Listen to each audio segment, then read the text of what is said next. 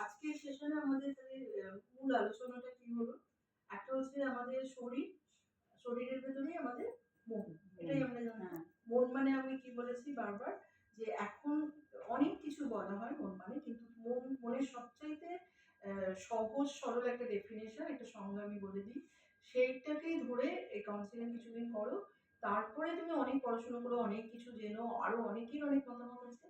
তো সেটা পরে আমি যেটুকু শেখাবো যাতে করে তুমি তোমার সমস্যা মানে যে সমস্যাটা যে মাইন্ডের যে অবস্থাটা সেই অবস্থাটা থেকে যাতে তুমি বেরিয়ে যেতে পারো। সেখানে মন বলতে কি? মন মানে হচ্ছে আমার ব্রেইন কেমন করে ফাংশন কি চিন্তা করছি কি অ্যাবসলিউটলি ব্রেইন ফাংশন করলে কি দিচ্ছে আমাকে?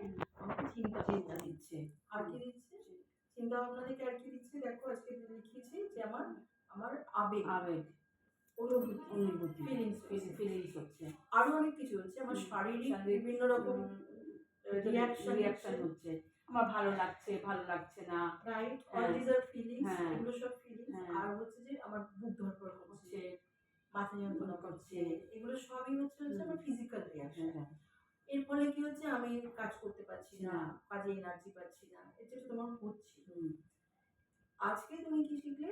এবারে এবারে আজকে শেখাটার আগেও আমি আরেকটা কথা বলে দিই যে আমরা দুটো ভাবে এই সমস্যাটাকে আমরা মোকাবিলা করতে পারি। আমরা দুটো অস্ত্র দিই। একটা অস্ত্র হচ্ছে আমাদের শরীরকে ঠিক করতে হবে। তার জন্য তুমি যোগা ক্লাসে যাচ্ছ, প্রাণায়াম, যোগা এগুলো করছো। আমি তোমাকে কিছু কিছু এক্সারসাইজ শেখাচ্ছি। ওগুলো যে তুমি একদম নার্ভের লেভেলে, নিউরোনাল লেভেলে তোমার একটা স্টেবিলিটি আসছে। বলো? সেকেন্ড হচ্ছে তুমি মেডিসিন নিচ্ছ, এটা কিছুদিন পর আস্তে আস্তে কমে যাবে, হয়তো অফ হয়ে যাবে। এই মেডিসিনও তোমাকে গিয়ে কিন্তু বিশাল হেল্প করছে। কি হেল্প করছে? তোমার দেহে যে কেমিক্যালসটা অভাব হচ্ছে, যার জন্য তোমার এই নেগেটিভ ব্যাপারটা চলে আসছিল, এবং তার থেকে অনেক ফিজিক্যাল প্রবলেম হচ্ছিল, যেমন গ্যাস্ট্রিক প্রবলেম, হাত পা বুক ধড়ফড় করা, ঘুম না আসা, খেতে ইচ্ছে না করা, খিদে পাচ্ছে মানে অল্প খেতে ইচ্ছা করছে না, যত ভালো খাবারের রুচি নেই, যত ভালো খাবার এই হোক। একদম। আর যে কাজগুলো তুমি খুব সুন্দর করতে ইচ্ছা করছে না, করতে পারে একদমই না। ওইগুলো কতগুলো কেমিক্যালস ইত্যাদি অত তো ডাক্তারি এগুলোর মধ্যে যাচ্ছি না, মানে ডাক্তারি পরিভাষার মধ্যে মোটামুটি আমাদের কেমিক্যালস গুলো কম হচ্ছে, সেইটাই ওষুধটা দিয়ে ওই কেমিক্যাল গুলোকে ব্যালেন্স করে।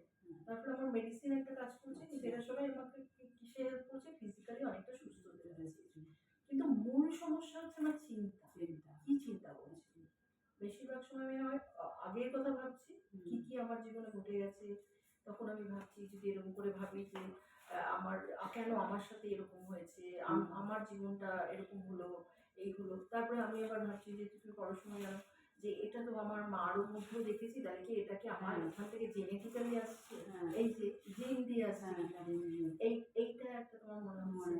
আরেকটা হচ্ছে যে আজকে তুমি শিখলে যে হ্যাঁ এগুলো মনে যেমন তোমার মনে হবে, তোমার থট যেটা ব্রেন থেকে তুমি পাচ্ছ সেটা অটোমেটিক্যালি আসছে। সেই থটগুলোর কোয়ালিটি যেমন হবে, কোয়ালিটিটা যদি নেগেটিভ হয়, দুশ্চিন্তাগ্রস্ত হয়, আমি তোমাকে লিখে লিখে দিচ্ছি সব, তাহলে সে তোমার ফিলিংস গুলো, অনুভূতিগুলো, এই থট আর ফিলিংস প্রচন্ড একজন আরেকজনকে ইনফ্লুয়েন্স করে।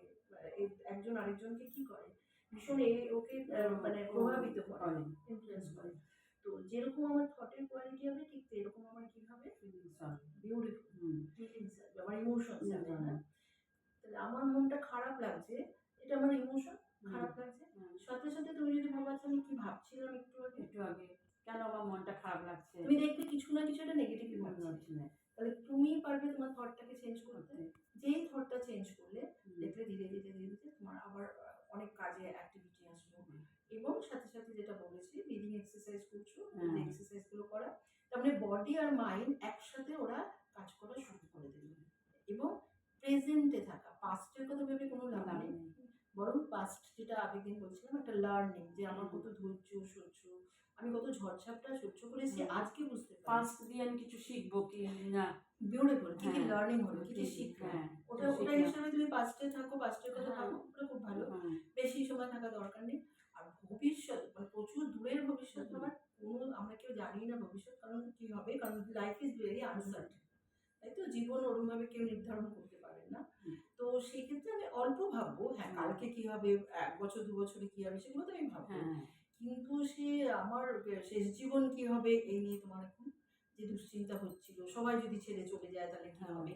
ওগুলো ভাবা মানেই হচ্ছে আমি ফিউচার নিয়ে ভাবলে আমার হচ্ছে অ্যাংজাইটি হবে, আর এদিকে থাকলে আমার হচ্ছে টেনশন। হুম। বোঝা গেল? তাহলে এই ক্ষেত্রে তোমাকে এভাবে ভাবতে হবে যে আমি নিজের ভাবনা চিন্তা পাল্টে আমি নিজেকে সুস্থ রাখবো। এই অবধি শিখেছি, এরপর আরো কয়েকটা এক্সারসাইজ হবে। আর বাড়িতে গিয়ে এগুলো নিজে নিজে লিখবে কি কি নেগেটিভ থট আসছে বা কি কি পজিটিভ থট আসছে তার জন্য কি কি পজিটিভ ফিলিংস হচ্ছে, আর কি কি নেগেটিভ থট আসছে তার জন্য কি কি নেগেটিভ ফিলিংস হচ্ছে। ঠিক আছে, এই অবধি বোঝা গেল? কি কি করবে তাহলে বাড়িতে বলো?